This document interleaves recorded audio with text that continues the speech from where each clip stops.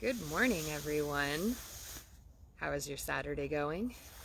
It's a little chilly out here, so I have all the layers. But there are guests at my house today, so the last few times I've done Herbal Self Care Saturdays, the Facebook Lives at my house, and there are visitors today.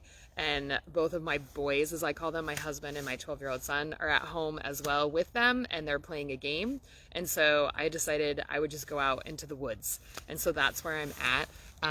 Let me flip this around real quick and I'll show you what my view looks like.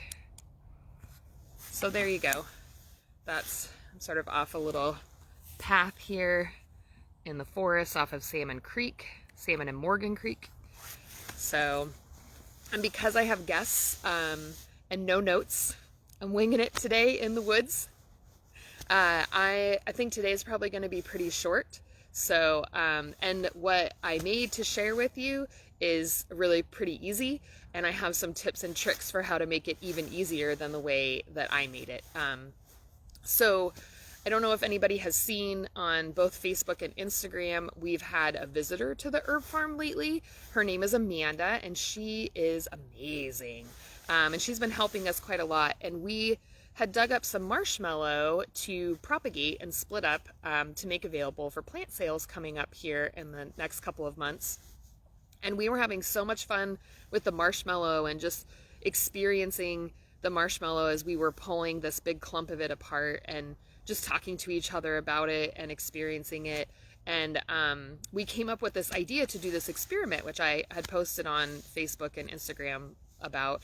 And so one of the things about marshmallow, so really quick, I'll back up. Its scientific name is Althea officinalis. And officinalis just means, like, it sounds like official, right? So it's sort of the one that they're calling the official marshmallow, so to say.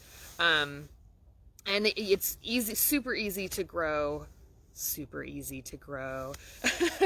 If you grow it once and you want to move it, you will find it in both places. I think Mom and I did okay getting it to shift from one place to another. I found a couple, so it does grow from pretty much little bits of root pretty easily. Amanda and I had dug up a couple of like old stems and we potted them up, and they have done they took a little longer than some of the other ones that already had little stems on them, but they have come up and been successful. So it's super easy to grow.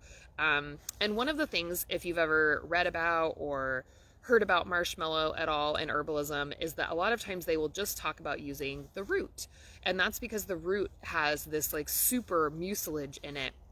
When I was harvesting some the other day for this little thing that I made that I'll talk to you about in a minute, it was like snot. Let's just be honest, okay? It was a little snotty and slimy, very slimy, but not sticky slimy. I don't know, like slugs or snails, sometimes their slime can actually be sticky, especially as it dries. That's not the case for marshmallow. I feel like it dries nice and clean and smooth, and that's part of what makes it so amazing for things like hair, which is what I'm going to talk about today, or sore throats. You can hear my throat's a little scratchy today. Upset tummies. So if you ate some spice, I always think of it as really good for like if you ate some extra spicy food and maybe that wasn't a good choice and your stomach gets that like hot burning angry feeling, marshmallow can be really great for that. The trick is when you're talking about marshmallow root is because it has so much mucilage in it, mucilage does not come out in the traditional pouring hot water over the root, like not as much. So if you're really looking for like a super concentrated, because you need it for something really hot and angry, then what I would do is I would do a cooler infusion. So oftentimes it's called a cold infusion, and you're just like, what? That sounds so advanced and fancy, or a little intimidating maybe, and it's not. You can just do like room temperature water, or you can do like up to about 70-80 degrees, maybe not hotter than body temperature, so 90-ish at the max. And so I just put it in a jar, like a little canning jar or any leftover clean jar that you have. Put about a tablespoon full of root, and I'm holding it up like this, like maybe an 8-ounce jar max, and it only takes about a tablespoon of root. And the more that you can chop it and open the inside of the root to expose it to the water, then the better that is. And then you could just put a lid on that, put it in your fridge, leave it overnight. That's the easy peasy way. Yesterday though, and I'll post some pictures afterwards since I'm in the wild in the woods, I actually took about a tablespoonful of fresh root because I just went and dug it out from the farm, but you could use dried too. And I actually did what's called a deconcoction. So the difference between, so an infusion is when you just take your material and you pour your hot water over it, just like tea, which I'm realizing now I forgot my tea. I made tea and I left it behind at the house. Oh well. So my tea is still infusing back at the house, and it will be super strong and tasty when I get back. And so that's, you just pour it over and let it sit for anywhere from 5 up to 20, 30 minutes, depending on how strong you want the infusion to be. Sometimes people leave them overnight. So it's just hot water poured over, and usually you use that for leaves, flowers, stems, lightweight type of stuff.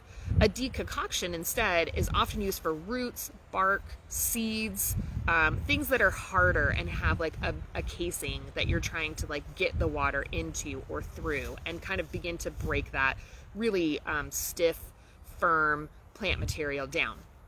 And so that's where I usually have my pot and I put my root in it first, and then I poured 2 cups of cold water. I'll type all of this up and put it in afterwards. So I had my marshmallow root, 2 cups of cold water, and then I just put a lid on it and I turned it to simmer. And usually you simmer it for about 20-ish minutes or so. Oftentimes the best thing to do is, if you're looking for a cup of liquid to come out afterwards, then use 2 cups of water. That's why I did that to start with, and reduce it by about half. Usually takes about 20 to 30 minutes, depending on your material. Longer, closer to 30 minutes if it's something like really hard, or dried berries. If your material is dried, that takes a little bit longer than if it's fresh. So I did that for about 30-ish minutes. Honestly, I walked away and I did other work, and I just left it on a low simmer on my stove. And I came back 30-ish minutes after grading some student papers and doing some other work like that, and it had reduced by half in my little pot, which was only about this thick, so I had about that much left. And I put some aloe in it. I actually had, rest in peace, large aloe. I had a really nice and large aloe plant. She met an untimely demise via soccer ball. So I was able to harvest some of the material from the leaves before the whole plant gave up the ghost. And I just pulled some of that out of the freezer, and I just plopped that right into the pot and put a lid on it while the marshmallow root deconcoction was cooling. And then I left again to go to the farm to do some work, and I came back in the afternoon several hours later, and just strained it out. And then I had this really nice, like super concentrated, you can see it's kind of a yellowish color. Oh, it looks like I left a piece of root in there. How funny. Super concentrated liquid. And so this is a combination of aloe and deconcocted marshmallow root. And I put it in a spray bottle. And I'm not actually going to spray it because it's cold right now, but I did last night. And I'm sure if anybody else is like me, and if you haven't been able to go get a haircut, or you've chosen not to, my hair is not normally this long. It is normally this thick and insanely thick, but normally it only comes to like here. So I have many, many more inches of hair.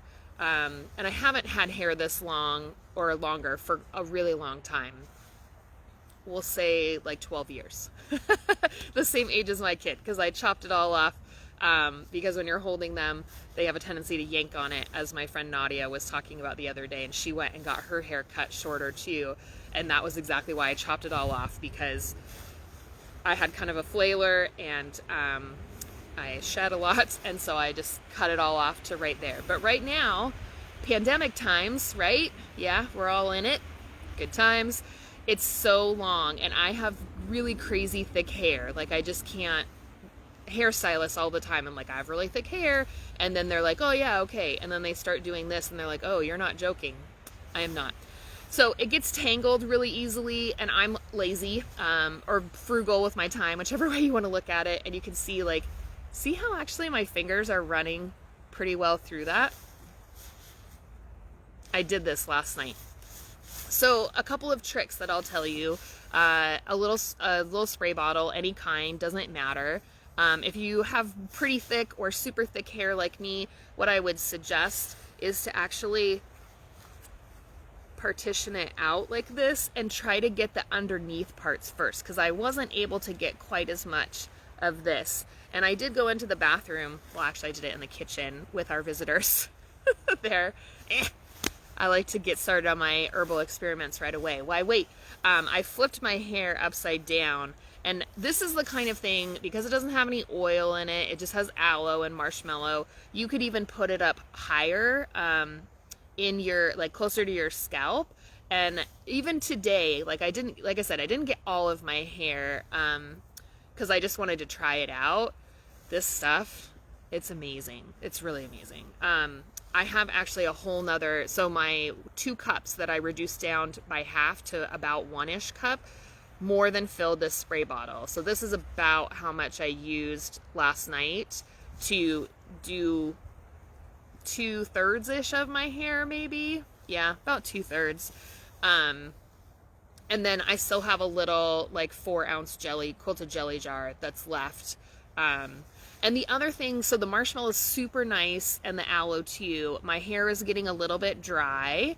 It looks so pretty. Oh my gosh. Sorry, everyone. I'm just admiring my hair. Thanks to the marshmallow. It's smoothed it down, so I don't have quite, so normally, like, you can see a few little flyaways here. Normally, like, this would be poofing out. Because of the humidity and then the slightly increasing temperature. My hair doesn't like that. And you can see it's more like back here that's kind of, see the little static and a little poofing, and that's because that's the spot that I missed. But I got this spot up here with the marshmallow and aloe spray, and it's nice and smooth. It's still, like, I was able to comb right through it very easily. When my hair gets wet, it can get kind of snarly. And then when I sleep on it, when it's wet, which I know is a bad thing, then it's really snarly. So this would be, if you don't want to wash your hair quite as often, but you need to be able to get rid of some of the snarls, or you want to smooth things down and not have it be like, this is fantastic for that, actually. So again, a little bit of marshmallow root and some aloe.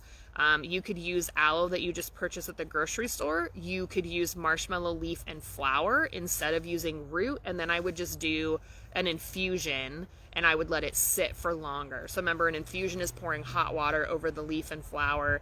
Just let it sit.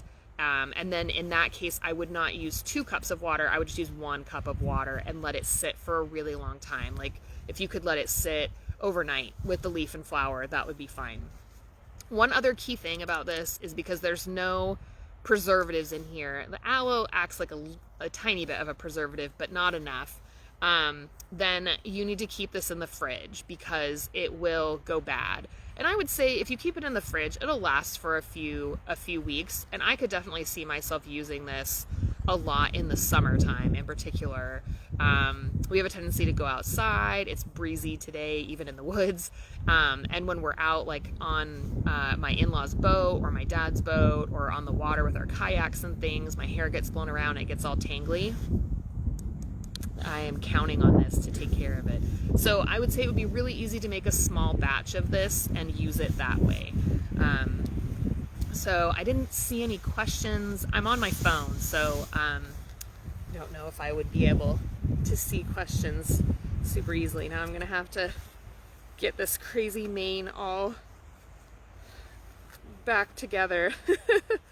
It's easier today, though, again, because of that marshmallow. So that mucilage that's in the marshmallow super smooths things down, and just makes it so that the hair slides against each other quite a bit easier. an original recipe that I was sort of getting the inspiration from suggested that you could put like jojoba or argan oil in it, and both of those oils are really recommended for hair.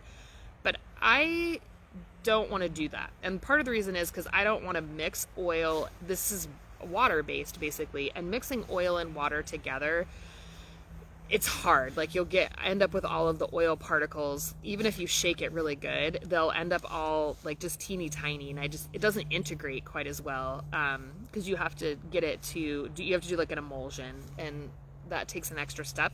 So I would just do an infused oil instead, and then I would just put that just on the tips of my hair. So marshmallow has been the theme at the farm lately because we've been working with it so much. And that's part of the reason why I wanted to try this out and share with you whether it worked or not. And it did, and it's fantastic. And it's a super easy, very inexpensive DIY that you can do. And you could even just do the marshmallow by itself. If you don't have aloe, you can just forget the aloe. It's no big deal. And again, you can use leaf and flower, or you can use root. Root's going to get you more mucilage because it's concentrated there quite a bit more. But, you know, I am always an encourager of using what you have. And if you have leaf and flower, or that's what's readily accessible to you, then go ahead and use that. And then I always have a little bonus. Last month I did a little guided meditation that I recorded. And this month, because I'm in the woods, and I don't know about you, but this has been kind of a week, right? Like it started out okay, and then as the week went on, it got a little more challenging, and that spring energy is definitely coming up and like pushing things along. And that was the other reason why I wanted to come out to the woods, because I felt them calling to me, and that I needed, right, just a little bit of quiet time. The birds have quieted down a lot because I'm talking to all of you. But there were a lot of birds earlier when I was much quieter. And so I've actually created a little nature treasure hunt for you, and I have just a little graphic that I'll post when I get back to the house and get all of the recipe and some photos from my experiment making this, and I'll post that nature treasure hunt. And I really encourage you. It's supposed to be really nice coming up, and even now the sun is shining on my face. It's really nice. So I would really encourage you to get outside in the woods, or go look for some wildflowers or things like that, and just get out. And so I have that little treasure hunt for you, and I'll post that, just if you're looking for a little bit of guidance, or you have to have a little something to look for when you go out there. I've got some ideas and suggestions for you. So that's all I've got for this Herbal Self Care Saturday. If you get outside, please let me know what you find. I posted a picture of a trillium earlier that I found along the way, and there are these super amazing, this is why I chose to sit here. I'll show you really quick. These super amazing, so I have this little grove here, grove of the matriarchs behind me. You're welcome, Nancy. So I'm going to sit here maybe for a few more minutes in the quiet, and then I'll get all of that info posted to you sometime later today. We're headed to the farmer's market for a little bit of fun and adventure. So I'll get all of that posted to you guys later today. So look for that. And if you have any questions about marshmallow or this recipe, or any herbs, really, like, I'm willing to research stuff. So go ahead and post those in either this event or on our main Facebook page. Send us an email, and we're happy to answer them. And in just a couple of weeks, actually, before I forget, I promised my mom I would mention this. One more quick little thing. We do have a class coming up on April 24th on getting your medicinal herb garden started, and that's going to be on Zoom.